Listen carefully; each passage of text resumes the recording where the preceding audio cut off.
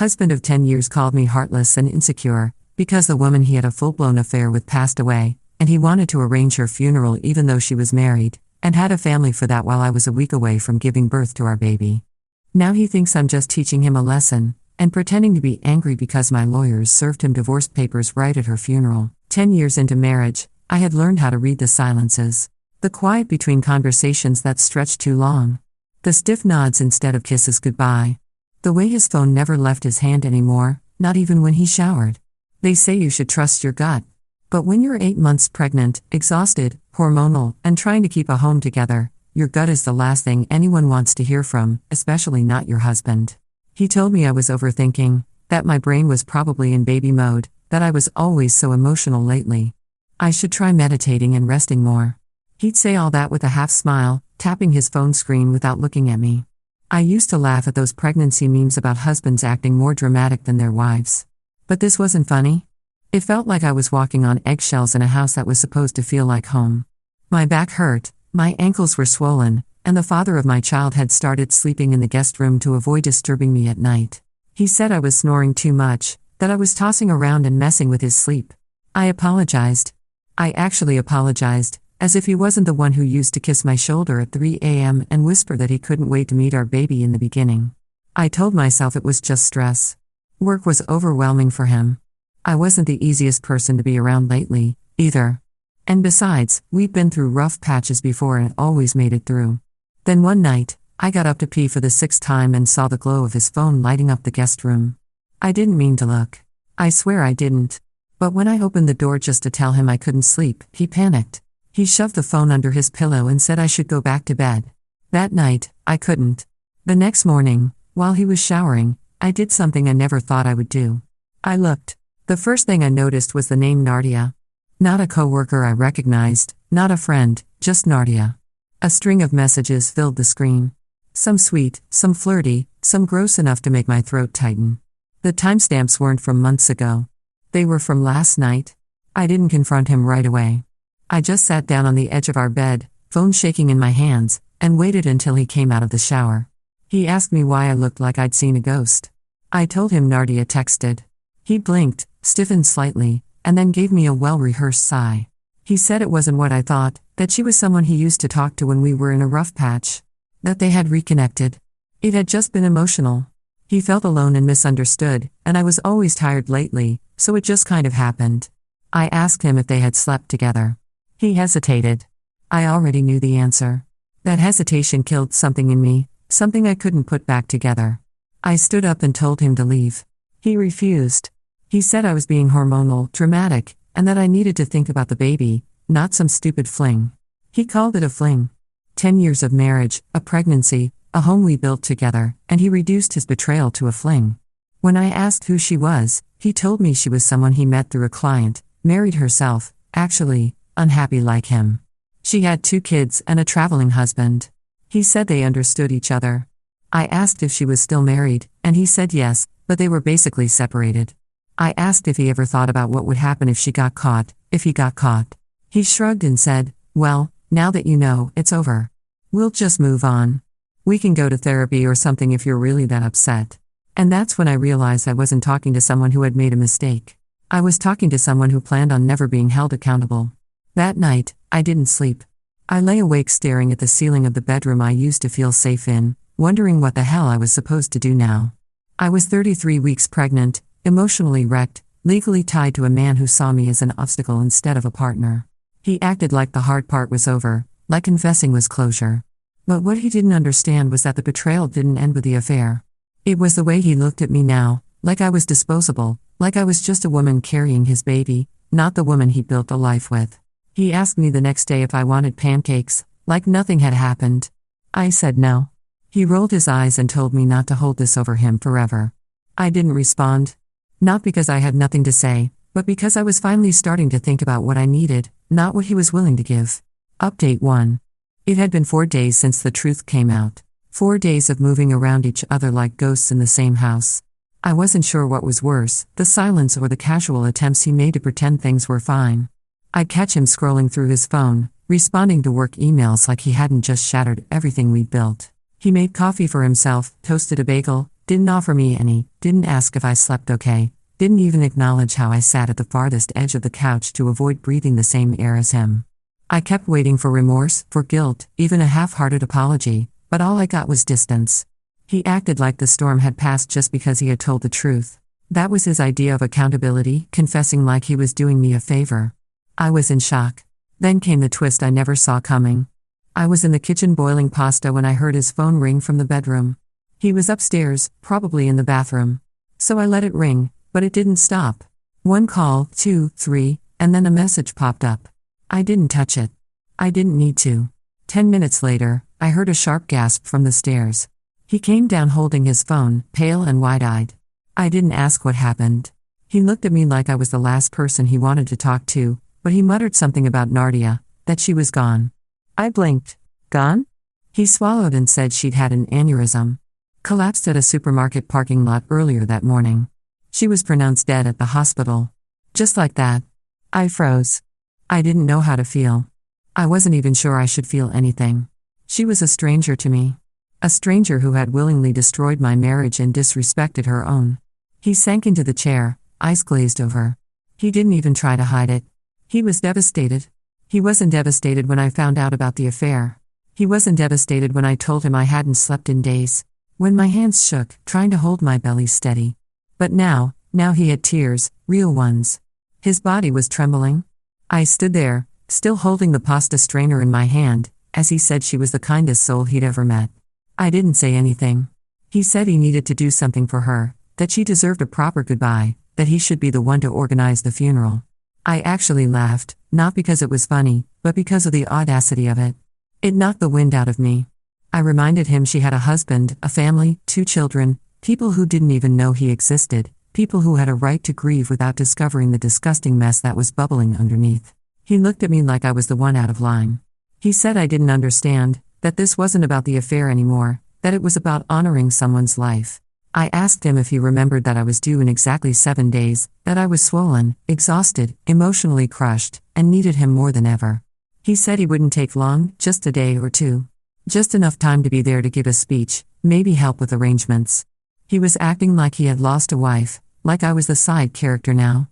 I reminded him again that this woman had her own husband, a man who had no clue his wife had been cheating on him.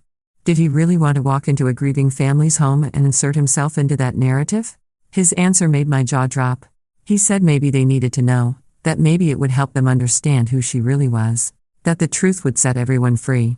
I just stared at him. There were no words. None that could fit what I was feeling. He told me I was being heartless, that I was insecure, that I was trying to erase someone's memory just because it was inconvenient for me. And then he did what I now recognize as his favorite move. He made himself the victim. He said he couldn't believe I was doing this to him while he was grieving. He was grieving. I walked away before I could say anything I'd regret. That night, he stayed in the guest room again, the door locked. I could hear him crying. Or maybe that's what he wanted me to hear. Meanwhile, I was in our bedroom, curled on my side with my hand on my belly, wondering what kind of world I was bringing a child into. I didn't cry, not because I was strong, but because I had nothing left in me. There was no space. He had taken it all. The next day, I called the lawyer. I didn't tell him. I simply started the process quietly, methodically. I had always been the planner in this marriage. The one who paid bills on time, scheduled appointments, remembered birthdays. It was time I planned an exit the same way I had planned our nursery. And that's when something inside me shifted. I stopped waiting for him to care, stopped hoping he'd change, and stopped thinking he owed me closure. Because closure doesn't come from liars. It comes from drawing your own line. Update 2. 2 days after I quietly contacted my lawyer, I found a printed picture of her in our kitchen. It was propped up against the salt shaker on the island. Nardia, smiling, wind in her hair, probably taken on a vacation she never told her husband about. I didn't say a word. I just stared at the photo and then at the lit candle beside it. He called it her temporary shrine. He said he was lighting a candle every morning and night in remembrance. He had never even lit candles for our anniversaries. I didn't want to speak to him, but unfortunately, cohabiting in silence only works until you need to coordinate who gets the baby's crib delivered. So I asked him if he could be home next Thursday between 2 o'clock and 5 p.m. for the delivery. He looked confused. He said he thought we were putting things on pause with the nursery. I reminded him that I was still having this baby, that his affair partner's death didn't change that. He sighed and said I could cool off before making more decisions, that we'd revisit everything after the funeral. The funeral, that word again. He said it like it was sacred, like it was something he'd earned the right to be part of. And worse, he meant it. That night, I overheard him on the phone with someone, probably a friend or coworker, talking about her favorite songs, her favorite flowers, her favorite beach, like he was the grieving spouse. I lay on my side in bed, feeling the baby shift, wondering what kind of legacy I'd be explaining to our child one day, that their father skipped birthing classes and stayed up at night crying for someone else's wife. The next morning, I made myself breakfast. He came into the kitchen and asked if I wanted to help him write her eulogy. He genuinely thought I might say yes. When I didn't answer, he sat across from me and launched into a speech about how grief is complicated and love doesn't always look the way people expect it to. Then he told me something that stopped me mid-chew. He said she was the first person who truly saw him. Not me. Not his own family, not the woman carrying his child. Her. I put my fork down and asked him if he remembered who paid off his student loans, who stayed when he was unemployed for 8 months, who nursed him through back-to-back surgeries, who moved cities twice for his career. He didn't say anything. He just looked cornered, like I was dragging him back into reality, and he didn't want to be there. When I told him I was filing for divorce, he laughed. Not a loud laugh, not even sarcastic, just quiet, sad, almost like he thought I was bluffing. He said, "You're just mad right now. You'll cool off." I told him I wasn't angry. I was done. He blinked, probably still hoping it was a phase, probably still thinking he had time to convince me. But the clock was already ticking, and I had already paid the deposit to the lawyer. That week he kept himself busy, mostly avoiding me unless he needed to ask if we had more candles. He walked around the house like a widower. No mention of the baby, no checking in on me. No acknowledgement of the fact that my due date was less than a week away. I knew there were going to be complications with this delivery. The next morning, I found a printed funeral program draft on our printer tray. Her photo was there again, bigger this time, black and white, artistic. He had written a section titled "What She Meant to Me." I shouldn't have read it, but I did. He talked about her smile, her soul, how they had made plans, how they dreamed of living by the sea, how she changed him for the better. It took everything in me not to scream because the version of him he gave her was stolen from me. He became softer for her, kinder, more romantic. I got the cold leftovers of who he used to be. But that's not what broke me. What broke me was the sentence where he wrote that she made him believe in love again. As if 10 years of marriage and the child on the way had been meaningless. As if I had been the distraction and she was the destination. I didn't speak to him again that day. I picked up my hospital bag. I folded baby clothes. I confirmed my best friend would be taking me to the hospital when the time came. He didn't even ask if I wanted him there for the birth. And honestly, I didn't. He was so far gone, so wrapped in this tragic romance he invented, that he couldn't see what was slipping away right in front of him until the day of the funeral. Yes, her funeral had been delayed. I don't know why. I didn't care to know. He wore his best suit, took half a day off, said he'd be back by dinner. I nodded and didn't say much because by the time he left, my lawyer had already emailed him divorce papers and also delivered them to him while he was at the funeral. While he was busy mourning his affair partner, I was busy closing a door. He didn't come home that night. When he finally called the next morning, I didn't answer, but the voicemail he left told me everything I needed to know. I listened to his voicemail in the middle of the night while rubbing circles into the side of my belly. The baby had been kicking all evening, maybe reacting to the tension in my body, maybe sensing that something big had shifted. His voice sounded hollow, slurred even. He said he didn't know what kind of stunt I was trying to pull, sending him divorce papers at a funeral. He said he was grieving, that he wasn't in his right mind, and that if this was some way of punishing him, I needed to stop before I did something I'd regret. He ended it with a weak, "We're still married, okay? I'm still your husband. We're going to get past this. We always do." I didn't reply because we weren't going to get past this. There was no we left. He didn't come home the next day, either. But around noon, he started texting. First, just one word, "Thanks." Talk. Are you really serious? We need to talk in person. Then the longer ones. He said I was being cruel. That this was exactly what Nardia had warned him about, that I was vindictive. He actually wrote that the same woman who dismantled 2 marriages was suddenly his guiding light on character assessments. I put my phone down and spent the rest of the afternoon folding baby blankets. One for the hospital, one for the car seat, one just in case I needed a backup. I didn't even cry anymore. I thought I would. I thought this part, the unraveling, would be the worst of it, but it wasn't. It was just quiet. He came home that evening. I was in bed eating crackers and scrolling through photos of bassinets when I heard the front door slam. He came straight to our room. Didn't knock. Didn't ask if I was resting. Just walked in and stood there like the wounded party. He said he didn't recognize me anymore, that I was acting cold, that he understood I was hurt, but this wasn't the answer. I asked him what was the answer, then. He said we needed to talk. Really talk, without anger. I said we tried that when I first found out. He said he wasn't thinking clearly then, that grief does things to people. I asked what excuse he had when I was 3 months pregnant and he started sneaking out to see her. He didn't answer.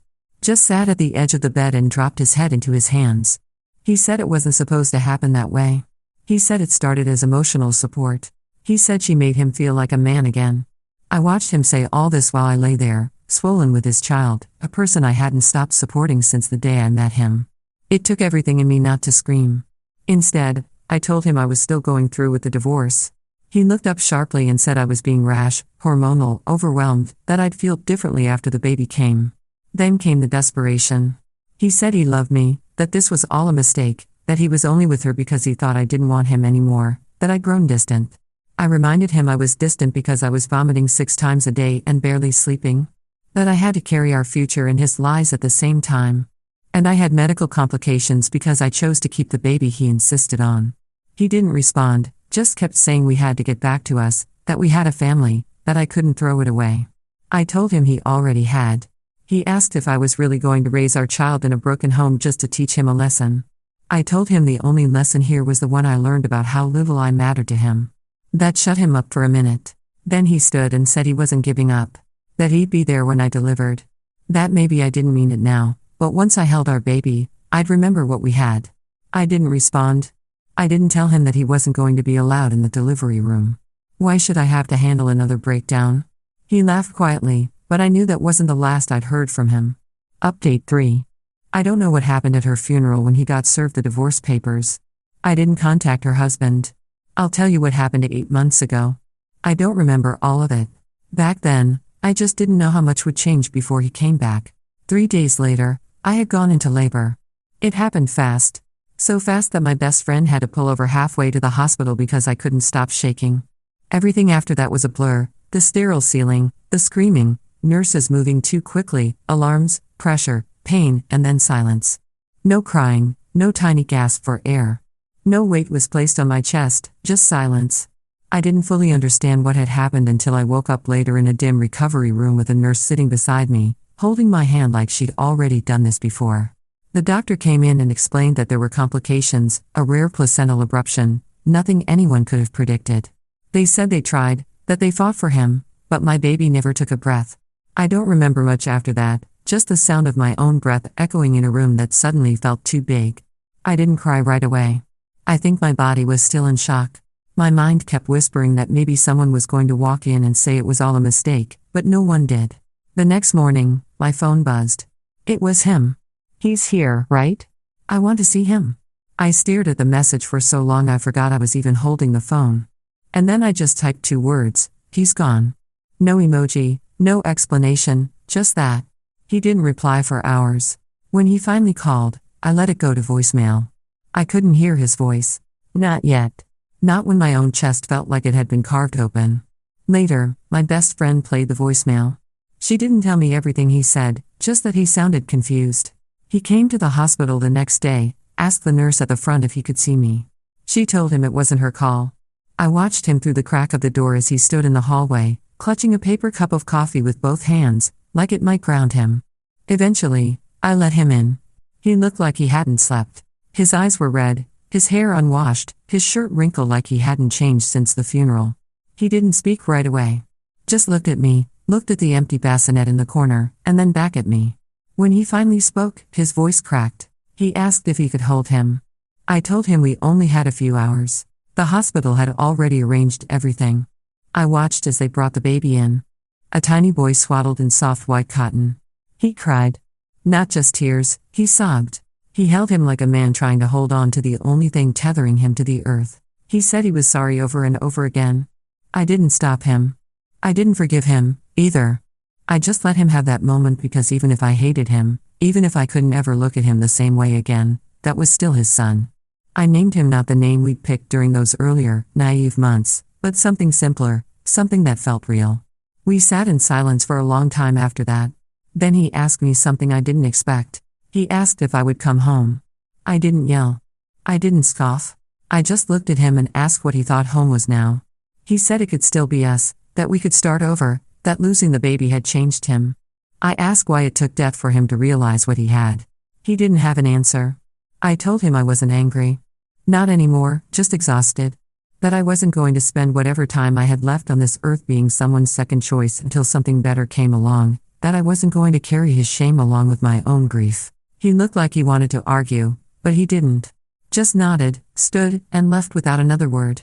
That was the last time I saw him. 2 weeks later, the divorce went through uncontested. The cool-off period was the only thing left. My lawyer said it was the quietest case he'd ever handled. Like he knew he had no ground to stand on. Friends still ask me if I regret serving the papers when I did. If I regret not waiting until after. But the truth is, I don't. Because that decision wasn't about revenge. It wasn't about timing. It was about dignity.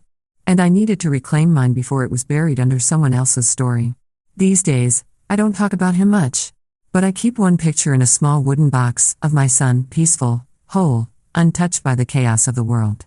He never got to meet me. And sometimes, late at night when everything is quiet and still, I whisper his name like a prayer. Not for healing, not for closure, but just to remember that even in the worst kind of ending, there was love. Update 4. It's been a while. I've moved twice, different cities, different apartments.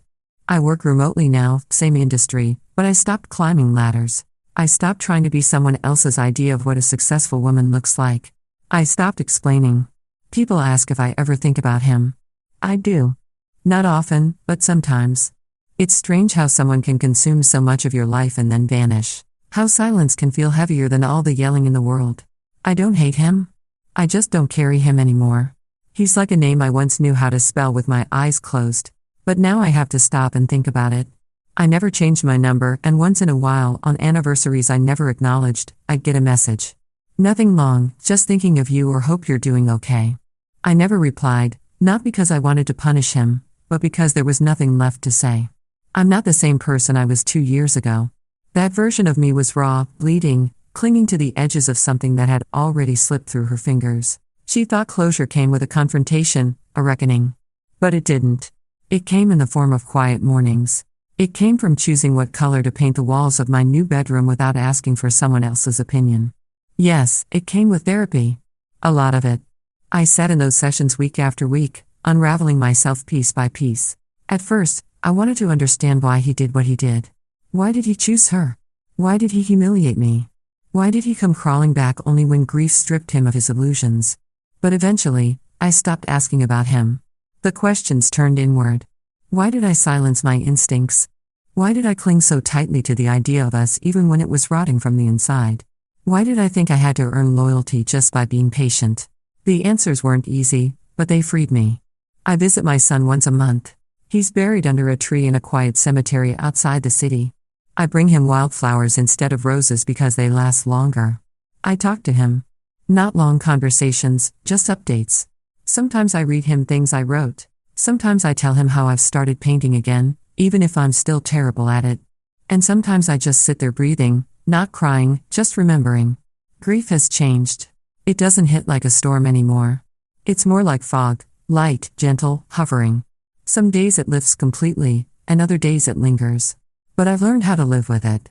One of the women in my grief support group asked me recently if I ever forgave him. I told her I wasn't sure I needed to because forgiveness, for me, wasn't the point. Peace was. And I have peace now. He'll always carry the weight of his choices. That's not mine to hold anymore. I still get questions sometimes when people find out I'm divorced and that I lost a child in the same year. They tilt their heads, offer soft condolences, and ask how I got through it. And the truth is, I didn't. Not really. I just kept waking up. I kept showing up for my own life, even on the days it felt like a cruel joke. I learned how to find beauty in quiet things. Sunlight through my kitchen window. A book that makes me forget everything for a few hours. A playlist that reminds me what it feels like to be okay again. I stopped looking for silver linings. Not everything needs to be poetic. Sometimes life just hurts. The healing isn't loud or dramatic. I think if there's one thing I'd tell someone going through what I went through, it's this: you don't owe anyone grace at the expense of your own sanity. You don't have to turn your heartbreak into a redemption story. You're allowed to walk away without tying it all up in a pretty bow.